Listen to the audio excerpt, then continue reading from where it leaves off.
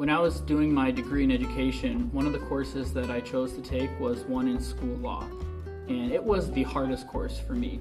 It was the course where I got my only B, and it was difficult for a lot of reasons. One reason was I was very, very busy working 2 jobs. My baby was just a few months old.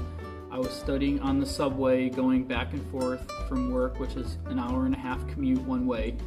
And so it is a course that I wish I could do again, but I was able to get it done. I learned a lot, and it was a course that I thoroughly enjoyed. Law is difficult. Making policies for schools is a very difficult thing. Understanding the American education system, first we need to know right off the bat that there is no law talking about like the United States government needs to give schools, like have schools or run the education. That falls under the duty of the states. Yes, there are different laws put in place. For example, we have No Child Left Behind, Race to the Top. A lot of this stems from the fear-mongering that happened with Nation at Risk during the Reagan administration, where people thought that the school state of affair was terrible, and they were comparing different test scores from around the world, and America was not at the top. There are different points in history where we felt that we were falling behind, like when Russia was able to get out into space first, and America was like, well, we're not doing our math or science well enough. And so a lot of laws stem from these ideas that America is not academically at the top. If you look at world test scores, I can't remember the particular test that's taken, but we have Singapore, we have South Korea, we have Japan. And America, sometimes, like in reading comprehension, language arts, we're falling at number 37. Our math, we're not even in the top 10. Science, we're not even in the top 10. Yet, we need to ask ourselves, with all these different laws in place to help our students become more academically astute and amazing, America is still very creative, and we come out with amazing products. America is still very creative, and we come out with a lot of amazing things. So, is it about test scores or not? Do these laws really help? I don't want to touch upon that right now. What I want to touch upon is the First Amendment in the Bill of Rights and the freedom of speech, freedom of religion. We're going to focus on freedom of speech because there is a lot of interesting cases and a lot of interesting things that we can talk about. For example, rights of students, rights of teachers. Going to the rights of teachers, there's an article by David L. Hudson Jr., and it talks about issues related to speech, press, assembly, or petition. And there's a famous case study that he talks about. It's called Pickering versus Board of Education, 1968.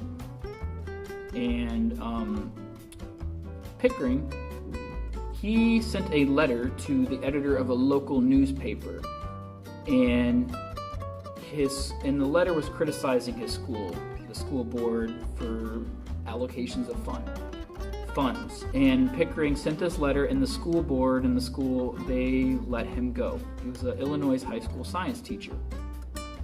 And this case eventually made it up to the Supreme Court, and the Supreme Court ruled that the Illinois high school teacher Marvin Pickering, he had the First Amendment right to send a letter criticizing the school for its allocations of funds for academics and athletics. Justice Thurgood Marshall agreed that Pickering's First Amendment rights had been violated. He wrote that the interest of the school administration in limiting teachers' opportunities to contribute to public debate is not significantly greater than its interest in limiting a similar contribution by any member of the general public.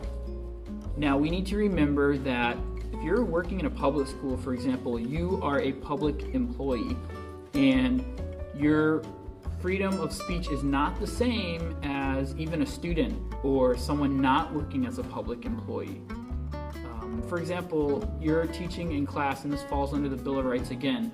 Obviously, religion is a hot debate, but from all the case studies that have been taught, if you're teaching religion as a personal belief rather than a secular interest, you're using, for example, a big hot debate would be like you're using the Bible as like the Word of God rather than teaching it as a historical document, you're going to run into a lot of problems. You're at a public school, and there's a lot of fine lines. There's even cases happening right now about that. And not getting into personal opinion or what I think, but there is a reason why the schools do that. There's nothing wrong with talking about different things, but we can't, as teachers or if we're public employees, share our personal beliefs or our public opinions on things, especially for younger minds. So that would be like your freedom of speech as a teacher, in a sense, would be limited, which might be surprising for some, but that's the truth. And because we're trying to allow the students to have academic and free thinking, and imposing our own ideas on students, especially in these certain things that can cause a lot of emotion and a lot of different responses, might not be the best thing to do as a public employee. You can lose your job. The other case, Tinker versus Des Moines Independent Community School District, 1969. This is a year after Pickering. Everything happens in 1969. It involved student speech. And in this case, I'm trying to find my notes on this. The students organized a silent protest, black armbands. And the principal said that John and Barry Meth Tinker would be suspended if they did this silent protest. We don't even need to worry about what the protest is. The fact is, they wore those armbands and they were suspended. The students' parents sued the school for free speech right violation. And eventually this made it up to the Supreme Court, and there was a 7-2 decision in favor of the armbands because they did not cause a material or substantial disruption in school. That's the big point. Students have a freedom of speech. Students can talk about religion. Students can talk about politics. They can do different things as long as there's no material or substantial disruption in the school. That could lead to a different case, which is Bethel versus Frazier. And it was a high school meeting. I think it was 600 people were present or more. And the student used graphic, sexual, obscene language, and he was suspended.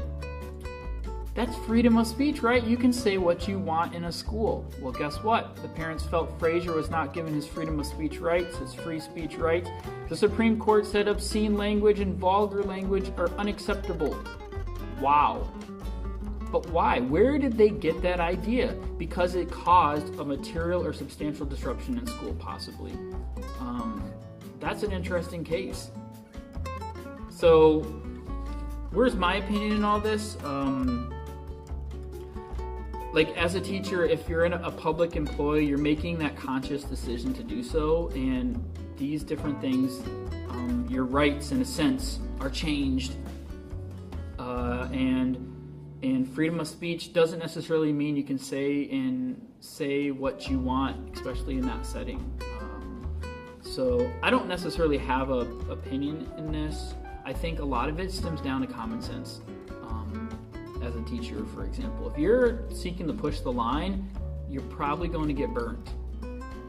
If you're trying to be cautious and careful and just being a good teacher and allowing your students to come up with thought-provoking ideas that ruffle feathers, maybe not so much as in Bethel versus Frazier, but they talk about those things, they think about it, and you're stimulating those ideas, but you're not imposing, like, I think the doctrine. You're not imposing doctrine on them.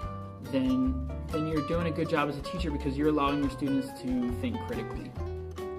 But as a teacher, we need to remember that we have to.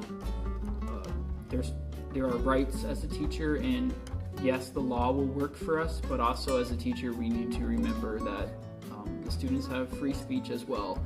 And as professionals, we also know this is kind of sidetracking, going on a tangent, but teachers have lost their job from Facebook posts. Teachers have lost their jobs because of different reasons, and they fought it, and there's different cases where they lost. So, and it hasn't reached the Supreme Court yet necessarily. We're entering a digital age where social media and technology, we want to express ourselves as teachers, yet we still need to use common sense and be careful. Remember, students can watch this stuff, and regardless of whether you have the right to do it or not, think of what's healthy for the students themselves. Yes, we live normal lives, we're normal people, but we as a teacher, we have a special duty to guide children. So just remember, as a teacher, freedom of speech is not clear-cut, and use your common sense when navigating that. Be careful, don't be paranoid, but remember that school law is very complicated. Freedom of speech is not clear-cut for a public employee, and there's been cases that have gone for teachers and have gone against teachers. Thank you very much.